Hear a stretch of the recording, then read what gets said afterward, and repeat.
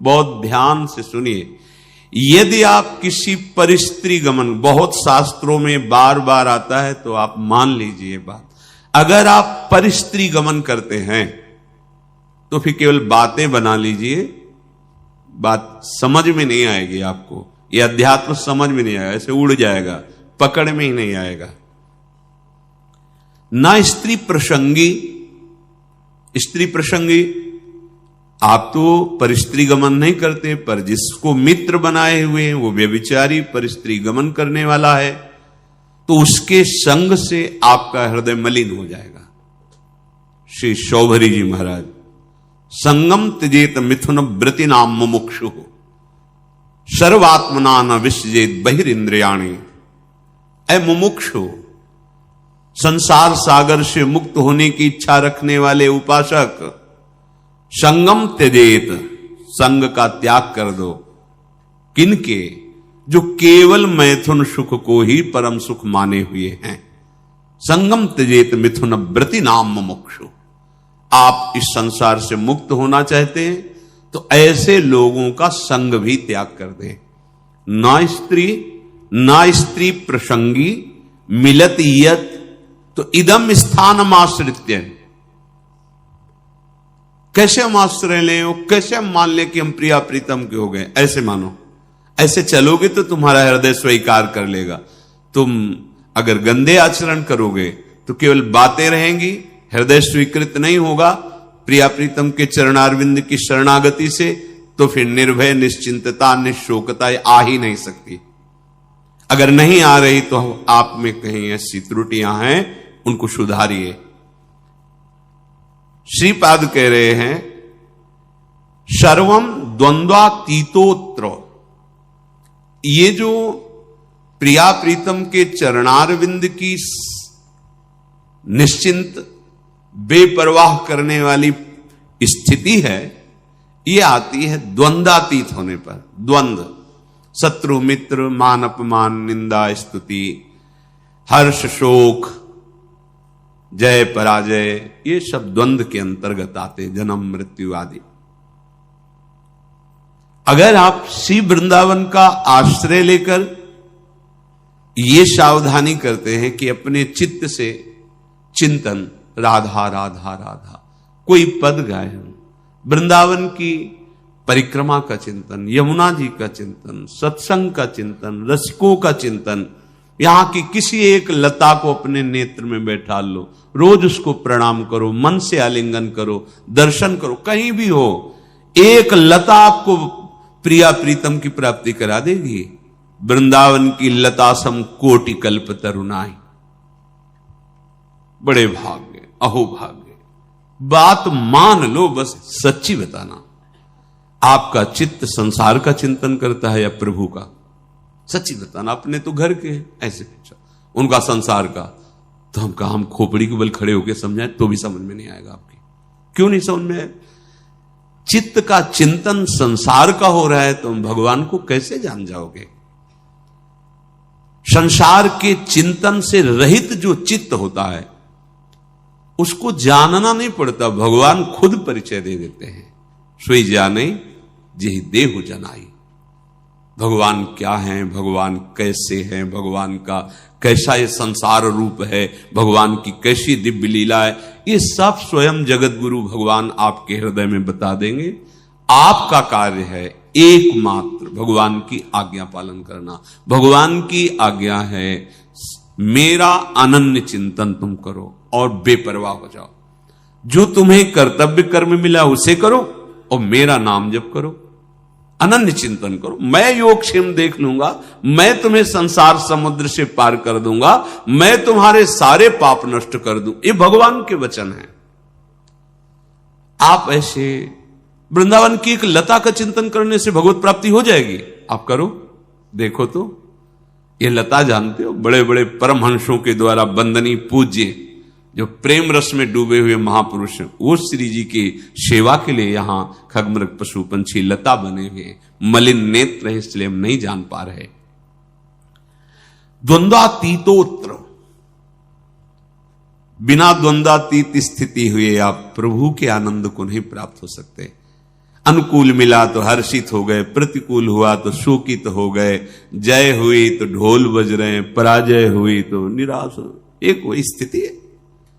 भगवदानंद जानने के लिए पहले द्वंद्वातीत होना अनिवार्य है। निर्द्वंदो भवति, ये भगवत चिंतन परायण अंतःकरण में ही ये भागवतिक तत्व का अनुभव होता है। जैसे निर्मल जल, शांत जल तो नीचे की वस्तु दिखाई देती है, ऐसे ही जो आत्म तत्व से प्रकाशित हो रहा है अंतःकरण, उसी के बल से आप वहां तक दृष्टि पहुंच जाएगी जो अपना स्वरूप है, जो मैं है। अध्यात्म को बातों से नहीं जाना जाता, निरंतर चित्त की स्थिति को जहां जानना है वहां लगाना है। संसार से चित्त हटाए बिना प्रभु को जान नहीं सकते, पक्की बात समझ लो। फिर जानना नहीं पड़ेगा, वो तुम्हारे हृदय में बैठे मिलेंगे। जाही न चाही कबों कछु, क्योंकि चाह ही चिंतन कराती है संसार का।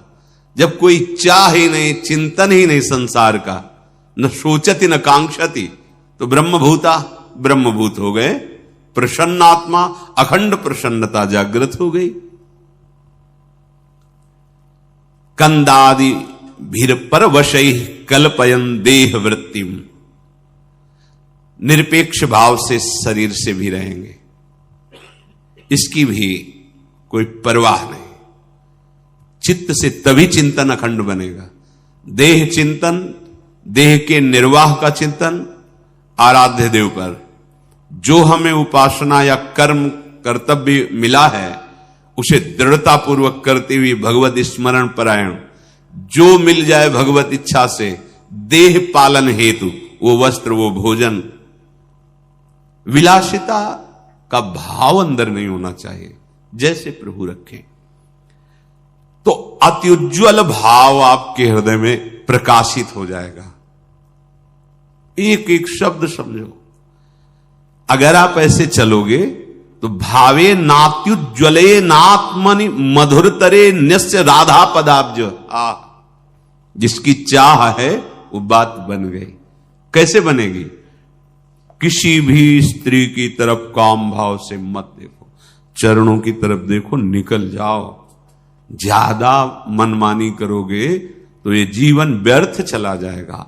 ऐसे लोगों की संगोष्ठी में मत बैठो जो वासना को जगाते हैं और वासना को बढ़ाते हैं। श्रीधाम वृंदावन का आश्रय लेकर रसिकों की बताई पद्धति से उपासना, तो अपने आप द्वंद्वातीत होते चले जाएंगे। क्योंकि उपासना आपको सहनशीलता प्रदान करेगी। सहनशील व्यथित नहीं होता, बहुत संपत्ति आ जाए तो भी उदासीन रहता है। जाना है यार, कुछ नहीं जाएगा, क्यों फूल रहे हो, सब कुछ नष्ट हो गया, जाना है, क्यों शोक कर रहे हो, क्यों भूल रहे हो? अपने पास तो अक्षुण्ण संपत्ति है, अविनाशी सी श्यामा श्याम, क्यों शोक करते हो? यहां सब कुछ जाना है। इतना सुंदर विवेक रहता है कि वो सहनशील महात्मा द्वंद्वातीत हो जाता है। चाहे कोई गृहस्थ में हो, चाहे विरक्त में हो, महात्मा एक स्थिति है का नाम है। जो महात्मा है वो एक स्थिति है, साधुता एक स्थिति का नाम है। जैसे प्रधानमंत्री एक पद है, ऐसे साधुता एक स्थिति का नाम है। वेश मात्र को नहीं, स्थिति। जहां कहीं साधु का वर्णन होगा वहां लक्षणों का वर्णन, स्थिति का वर्णन पाया गया है। ये तो आचार्य परंपरा से वेश दिया गया है। वेश है, स्थिति नहीं तो अधूरा। बिन विवेक वैराग भक्ति बिन सत्य नये को मानो, भगवत विमुख कपट चतुराई सो पाखंडे जानो, भगवत ऋषि महाराज कह रहे। अगर वेश है और उद्देश्य भी पक्का है तो सोने में सुगंध मानो, फिर क्या कहना है? फिर तो सतरति सा लोकांतार्यति मम भक्ति युक्तो भुवनम पुनातु। लोक के लोक पावन करने की सामर्थ्य महात्मा रखता है। हम देह को बहुत दुलार करते हैं, इसी के भरण पोषण में, इसी की चिंता में। देख लो, आप देखो, इसी की चिंता में, इसी के भोगों में, इसी के संग्रह में, तभी हम द्वंद्वों पर विजय प्राप्त नहीं कर पाते। यदि हम भगवत चिंतन परायण हों तो इतना सुंदर विवेक जागृत हो जाता है, हर द्वंद्व में वो सम रहता है, स्तुति में, प्रशंसा में, निंदा में, अपमान में, चाहे जैसी परिस्थिति हो, इतना सुंदर विवेक रहता है, वो अपने को बचा लेता है, उसमें फंसने नहीं देता। तो क्या स्थिति आती है ऐसे उपासक? बोले अत्युज्वल, मधुर से मधुर चित्त में श्री राधा चरणारविंद का प्रकाश, ये परम लाभ। यत पाद पद्म नक्षचंद्र मणिच्छटाया, ऐसी अद्भुत छटा प्रेम की विकलता आ जाए तो द्वंद्वम वृंदावनांतर्गमय दिन निशा नित्य तन्नाम जापी। आहा, श्रीपाद कह रहे हैं यदि आप, अब देखो जो ऊपर बताया कि इस पर आपको सावधान रहना है, तो इस पर हमारे पास बल नहीं है कि हम रोक सके, तो कह रहे हैं नित्य निरंतर तन नाम, उनका नाम जप करो। किनका? जिनका वृंदावन है, राधा राधा राधा। द्वंद्वम वृंदावनांतरगमय दिन निशा नित्यम तन नाम जापी। क्या परेशानी? राधा राधा राधा राधा। ना तो पवित्रता अपवित्रता का कोई, ना कोई ऐसा कि इस समय नहीं, इस समय, हर समय श्रीपाद के दिन निशा, रात दिन, नित्यम तन नाम जापी। जो तन नाम जापी है वो न स्त्री प्रसंगी मिलती, यत इदम स्थानमाश्रित सर्व। वो साध्य साधन से, वो काल के भय से, तीनों तापों के भय से, पाप पुण्य के बंधन से, हृदय के अंधकार का नाश करके दिव्य ज्ञान प्रकाशित, समस्त द्वंद्वों पर विजय, ये सब प्राप्त हो जाता है। अच्छे से समझ लो, वृंदावनांतर्गमय दिन निशा नित्य तन नाम जापी। रात दिन वृंदावन में जिनकी जय घोष होती रहती है, महारानी जो राधा राधा राधा राधा राधा, लालजू के हृदय का आह्लाद, प्रेम मूर्तिमान शांद्रानंद घन प्रेम मूर्ति किशोरी, राधा राधा। मान लो सब स्थितियां आपके हृदय में आ जाएंगी। अब बातें केवल करो और नाम जप ना करो, धाम चिंतन सत चिंतन न करो, फिर ये स्थिति कहां से आएगी? जहां चिंतन करते हो वही दशा आएगी आपके अंदर। विषयों का चिंतन करते हो तो विषयों की दशा आएगी। विषय नाशवान, परिवर्तनशील, शोक में, दुख में, दुखालयम में दुख ही तो है। तो यही आपको प्राप्त हो रहा है। बचना चाहते हो इससे, और चिंतन करते हो वही जिससे आपको ये दुख प्राप्त हो। चिंतन बदलो, आचरण बदलो, लक्ष्य आपका दृढ़ हो। असत नहीं सत, असतो मां सदगमय। जो हम असत शरीर असत व्यवहार में हैं, अब हमारी यात्रा सत की होगी, सच्चिदानंद की होगी। श्री विदुर जी महाराज धृतराष्ट्र जी को उपदेश करते हैं। नवद्वारमिदं वेश्म त्रिस्थूणम पंच साक्षिकम क्षेत्रज्ञाधिष्ठितम विद्वान यो वेद स परः कवि। हे महाराज धृतराष्ट्र, आंख, कान आदि ये 9 द्वार वाला जो देह है, शतोगुण रजोगुण तमोगुण रूपी खंभों से ये स्थित है, अर्थात त्रिगुण के द्वारा ही इसकी रचना हुई है। 5 ज्ञानेंद्रियां विषयों को भोगने वाली हैं, परिचय कराने वाली। आत्मा राजा की तरह विराजमान है। इस महल में 9 द्वार वाले राजा की तरह आत्मा विराजमान है। अब मंत्री बड़े बेईमान हो गए, गलत सलाह देने लगे। बुद्धि मन ये मंत्रणा का परिकर है। जैसे राजा को लुभायमान करके दस्तखत करवा ले, ऐसे मन बुद्धि हमको बार बार प्रलो, ये भोग लो, ये देख लो, ये खा लो, ये सूंघ लो, ये ऐसा करो, ऐसा करो, बड़ा सुख मिलेगा। हम राजी होते चले गए और हम फंस गए। अब अपने आप से अपने आप का उद्धार करो, भगवान जो कह रहे हैं। अब होश में हो जाओ, तुम्हारे सलाहकार गलत हैं। जांच कैसे करें? संत सदगुरुदेव की वाणी, शास्त्र वाणी, इससे जांच करो कि हमारे सलाहकार सही सलाह दे रहे हैं या गलत। महाराज, यदि तुम ऐसा नहीं करोगे तो तुम्हारा ये पतन करवा देंगे, तुम्हारे बुद्धि, तुम्हारा मन। वही ज्ञानी है जो तत्व से ये बात जानता है कि शरीर एक घर मात्र है, मैं नहीं हूं। ये इंद्रियां सेवक हैं, ये मैं नहीं हूं। ये मन बुद्धि सलाहकार हैं आपके, आप नहीं हैं। पर आप कभी ऐसा नहीं देखते। आप शरीर को मैं देखते हैं, मन इंद्रियों को मैं में मिला लिए हैं कि मैं खा रहा हूं, मैं देख रहा हूं, मैं भोग रहा हूं, मैं चल रहा हूं। चाहे कर्मेंद्रीय विषय हो, चाहे ज्ञानेंद्रीय विषय हो, चाहे अंतःकरण, आप उसे मैं से लिए हुए हैं। तो वही ज्ञानी है जो इस बात को तत्व से जानता है। विदुर जी महाराज कह रहे हैं, जो कोई भी नशा करेगा,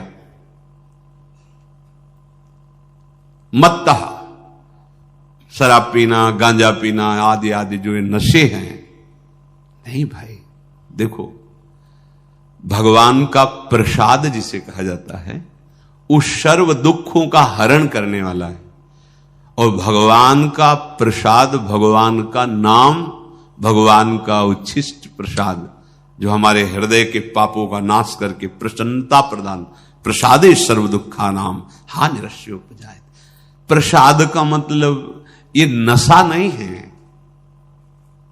जो करते हो हम प्रणाम करते हैं, पर हमारा शास्त्र कहीं ऐसा किसी भी उपासना में किसी भी उपासक को आदेश नहीं करता।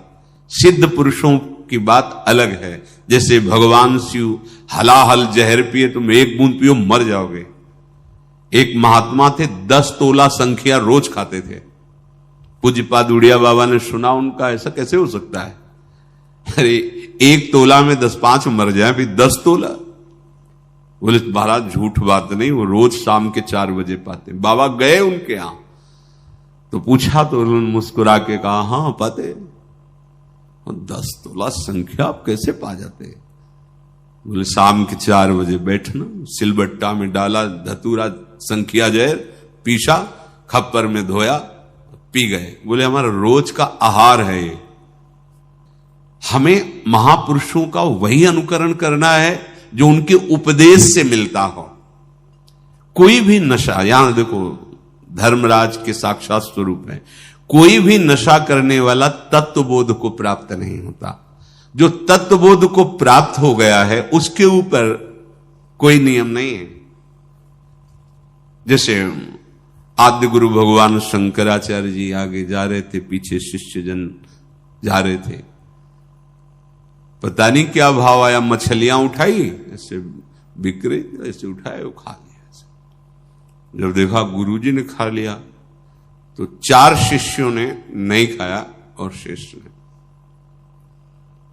आगे जा रहे थे तो भ्रमण ही करते थे तो कांच गलाया जा रहा था, खप्पर में खोलता हुआ कांच ले पी गए। तो जिन्होंने नहीं पिया तो वहां भी नहीं पिए। जो पिए थे, वो जो मछली पाए थे, उनसे कहा पियो। कांच कैसे पिएंगे, मर जाएंगे। तो मछली क्यों खा ली? जो नहीं खाए थे उनसे कहा आपने क्यों नहीं खाया जब हमने खाया? तो उनका प्रभु आपने आदेश नहीं किया। ठीक, आपने क्यों पा लिया? बोले आपने पाया तो हम पी तो रहे हैं, गलाया हुआ कांच पी ना पिए। ऐसे किया तो जीवित मछलियां निकल पड़ी, सिद्ध योगी प्रवाहित कर दिया नदी। आप वो तो लीवर में जाके पचने लगी। हमें वो अनुकरण बात नहीं करनी जिसका वो आदेश न कर रहे हो। उनके उपदेश से जो उनके आचरण मिले, शास्त्र सम्मत बात है, महापुरुषों के जो आचरण उनके उपदेश से मिले, बस वही अनुकरणीय है। वो क्या कर रहे हैं? कोई भी नशा, जैसे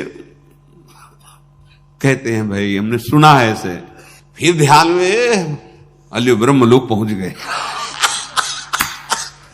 भाई हम प्रणाम करते सिद्धों को, हम उनके चरण सेवक हैं, पर हम अपने जैसे साधकों के लिए कह रहे भाई सिद्ध पुरुष तो हलाहल पिए हो जाने, उनका काम, उनकी मस्ती, वो तो भगवान को प्राप्त हो गए। भैया उनका काम बन गया है, उनमें भगवान में अंतर नहीं। जैसे सखागण और गौवें गोपगण फंस गए दावानल में, कन्हैया बचाओ, तुम्हारे सिवा कोई नहीं बचा सकता। बोले भैया आंख मूंद लो, मुंह में पी गए, पूरे ज्वाला को पी गए मुंह में। एक कोयला लाल लाल रखो मुंह में, अभी रख पाओगे? नहीं, भगवान के मुख से साक्षात अग्नि का प्रादुर्भाव हुआ है। भगवान उसी जगह उसको रोक ले, आओ अपने स्थान पे आ जाओ, भगवान ही तो सर्व रूपों में। तो जो भगवान को प्राप्त महापुरुष हैं उनमें और भगवान में अंतर नहीं। ब्रह्मविद ब्रह्मवि भवत्। अब उनके ऊपर आप ही ऐसे नहीं कर सकते कि ये खा रहे हैं। बड़े सिद्ध महापुरुष थे, तो जहां भिक्षा नहीं लेनी चाहिए वहां से निकले, रोटी बन रही थी, ला रहे रोटी, तो डर गए महाराज जी। अरे ला, इसमें रोटी लिया, कहा इसमें कहीं वो है जो उन्होंने सब है कुछ? ब्रह्मार्पणम ब्रह्म भगवद अर्पण कर। लेकिन वो आचरण हमारे लिए जो आदेश करें वही अनुकरणीय नहीं है। महापुरुष जो आचरण कर रहे हैं वो आचरण उनके उपदेश से मिलता है कि नहीं? अगर नहीं मिलता तो हम प्रणाम करते हैं, वो हम कर नहीं सकते। कोई भी नशा साधक को, हम सिद्धों के लिए नहीं कहते हैं, कोई भी नशा खा करके आप भगवत तत्व का चिंतन, भगवत बोध नहीं प्राप्त कर सकते। सबसे बड़ी कमी, आपको उस नशे में सुख लग रहा है क्योंकि बुद्धि शिथिल होती है, तो आपको लग रहा है बड़ा आनंद आ रहा है। आपको भजन से सिद्धि प्राप्त करनी है, भजन से इंद्रियों को शिथिल कर देना है, भजन से मन को निसंकल्प कर देना है, भजन के सिवा कोई चाह नहीं रह जाए। अगर आप 4 बजे भांग पाते हो ना, फिर आप देखिएगा 4 बजे केवल भांगाई का ध्यान होगा, सब ध्यान हट जाएगा, लगेगा कि कैसे मिले, कैसे। कोई भी नशा नहीं, भगवत प्राप्ति हमारा लक्ष्य है, इसलिए कोई नशा नहीं। जब तक तन्मयता भजन की, तब तक जीवन की सार्थकता क्या रही। और सच्ची बात, जो हमारा मन मलिन है, जब उसे भगवत चिंतन में लगाते हैं तो एक जलन पैदा होती, आग। जैसे आग से स्वर्ण तेजस्वी होता है, मल नष्ट होता है, ऐसे ही मन जो हमारा पतित हो चुका है, वो उच्च अवस्था को पहुंचने के लिए भजन के बल से जब चढ़ता है तो वो निर्मल होता है। उस जो ताप प्रकट होता है वो पाप को जलाता है, हम सह नहीं पाते। नहीं, मना